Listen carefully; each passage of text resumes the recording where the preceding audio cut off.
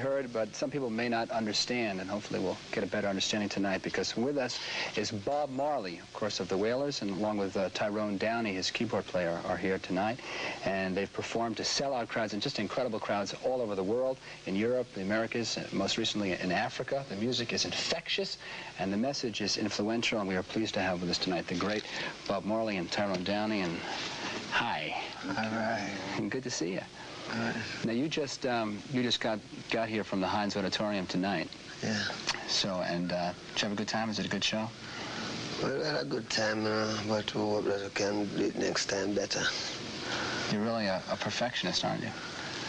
Like when it gets right, you know. Yeah, I would think it, because I've seen a couple of your shows, and I would think that even though people in the audience think that it's probably the best show they've ever seen, you're always trying to make it a little bit better, just get your shows to be just right. Yeah, we have to try, you know, because when it's right, it's nice. How do you know when it's right? What makes it just right? When it's right, everything makes it right. People right, we right, music right, vibes right, everything right. You just sort of feel it? Yeah, you know, you feel it right. Now, you're in the middle of a rather large tour right now, aren't you? I mean, you opened up in New York City and... No, this is the first. We'll open up here. Oh, so this is the second leg of the tour? Or This is the first leg. Well, what I was wondering about was when you were playing down in New York City, and we were reading about that up here, and when you played down in the Apollo Theater. Oh, that was last year. This past year? Yeah. What was that like, playing at the Apollo? It was good, you know, brand new experience. Because people up in Boston may not be familiar with the Apollo Theater. It's one of the famous black R&B theaters up in Harlem in New York City, and that's the first time you ever played up there. True. James Brown and all them people play down there, you know? Yeah. So we figure a good place to play. Did you purposely want to go there? Did you have a feeling about having more black Americans? Yeah, want to go to Harlem, you know. It's a good feeling. It's like going to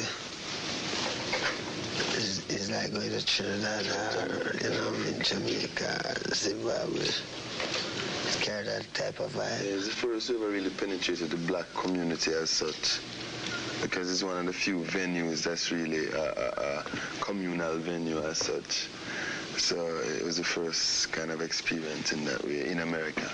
Did you compare it to playing in Zimbabwe? And I know that you played in Zimbabwe on their Independence Day, and at your own expense went over there. That must have been a pretty special day. Yeah, it was, you know, I mean, one of the best things we could ever do. I was invited by one of the people in Moose government. Uh-huh. I went down there to the show for them, you know. It was great. What was that like? I mean, there were enormous, what is it, 30,000 people saw you at one time? Yeah, the stadium was full of people, you know, from all different places in Africa. Because what happened to that crowd was an invited crowd, you know. Mm-hmm. So everyone was like guests. So it was like a free concert? Yeah, it was free. Did it feel like a dream come true to you to go to Africa to play on an independence on the day that a nation became independent? Was there something real special about that for you? There must have been. Yeah, the strength. Uh-huh. The strength, really. People really acknowledge the truth, and you know, so we defend the truth, and so we can come help. Did you play in the Apollo Theater after you played in Zimbabwe? Is that part of what? No, the Apollo Theater was before I played Zimbabwe. You played in the Apollo first? Yeah. Do you find now that as you're touring America now that you see more black faces in the audience, that things have changed for you in terms of the people that you're reaching, in terms of the message of? Well, we're interested to reach people, you know, a lot of people, all people, you know. So we know that black people in America must get the message too. Because I know that you are been working with Frankie Crocker in New York City and sort of different promoters, and I know that that's important to you at this time. Sure.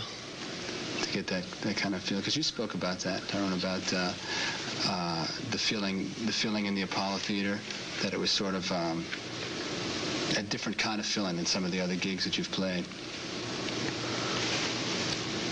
Tyrone. Me? You. Well, the Apollo Theater, well, it wasn't really that different. Well, in the old days of the Apollo, right, it must have been like much more intense, you know. Then it wasn't really like an Apollo gig as such. It was a Bob Marley gig in New York with everybody coming to the Apollo, if you understand what I mean. Everybody coming up to Harlem. Because I'd say about 10-20% of the people in Harlem were really aware of what was happening. And they were really curious. A lot of people were inquiring. A lot of people in there saying, hey, what's this and what's that? And Bob Marley, reggae, yeah. So at least now they're aware of it. So it's something to check out, you know. Especially like how Stevie Wonder has done a reggae track. I think more black Americans will be opening up to it. But it's not as if we just want to open up to more black Americans as such. But we would love to know that we are being heard by them, you know, also. We want to be heard by everybody, but it would be good to know that we're being heard by them. You know? We have a clip of you performing that we want to show right now. We have to apologize for the lettering on the bottom of the screen. Might be somewhat distracting, but that's the way that it came to us from Warner Brothers. And this is Bob Marley and the Wailers in concert.